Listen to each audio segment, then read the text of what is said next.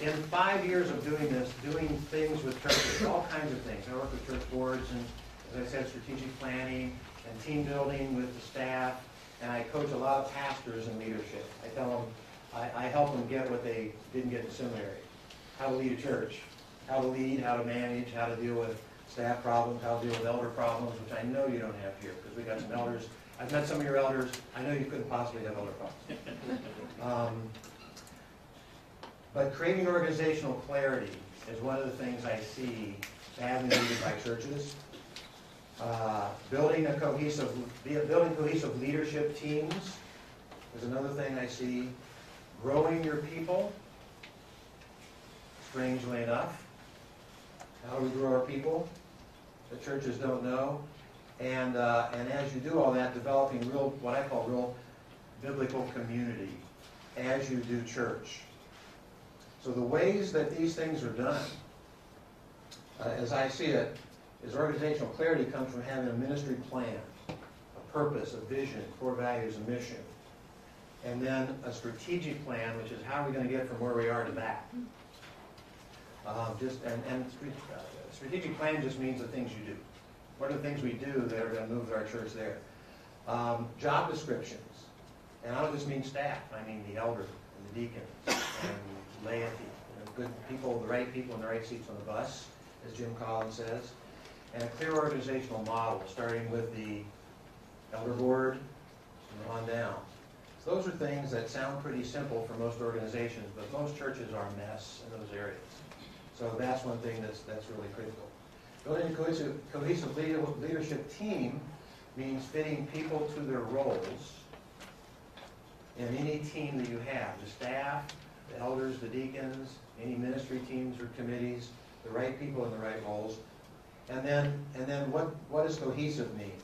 That you have trust, which leads to healthy conflict, which leads to commitment, which leads to commitment to your decisions, which leads to accountability to follow through, which leads to real results. So churches, any team will not get results if it doesn't have all those things, starting with trust. And trust, I believe, starts with knowing. Knowing each other and knowing each other deeply is what builds real trust. So that's something I see missing. I see fractured elder boards and fractured church staffs. For some reason, I don't see many fractured diaconate. God bless you. Who's a deacon in here? God bless you, deacons. For some reason, you guys just seem to get along because you're just focused on serving and doing your work, because that's how God blessed you. But maybe there are some. And then growing your people, I break down into a continuum that involves three things: shepherding, discipleship, and leadership development. Shepherding the people. I've hardly ever talked to anyone from a church that said they love their shepherding system. The people that are supposed to be shepherding, whether it's the elders or deacons or whomever at that church, feel fulfilled and whole, because when they shepherd, they feel God's pleasure, and the people are feeling shepherded, and they get that feedback from the people, and the people go, I feel well shepherded by these people that are supposed to be shepherding. Usually it's the opposite of what I just expressed in churches. We don't know how to shepherd.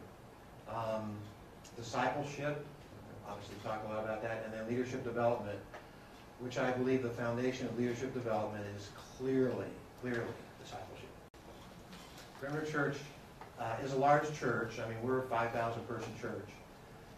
But we have a distinction besides discipleship. It may exist somewhere, but I've never heard of a church that had 240 ruling elders. Now, they don't meet together as a board, by the way. 9 of them do that. But they're out there shepherding. And I believe the reason we've been able to identify 240 men that qualify under Timothy and Titus to be spiritually mature enough to be elders is because of discipleship. Because they've been discipled, and our discipling have discipled. That builds leaders. If you're going to disciple, you're going to raise up leaders. So discipleship, and then real biblical community means engaging not just at the rational level with each other, I call that fellowship. You can have your own definition of it, but I call it church fellowship. They know the names. We know the names of the kids and how you're doing on the, this level up here. And you can, I wouldn't argue with you if you said no fellowship.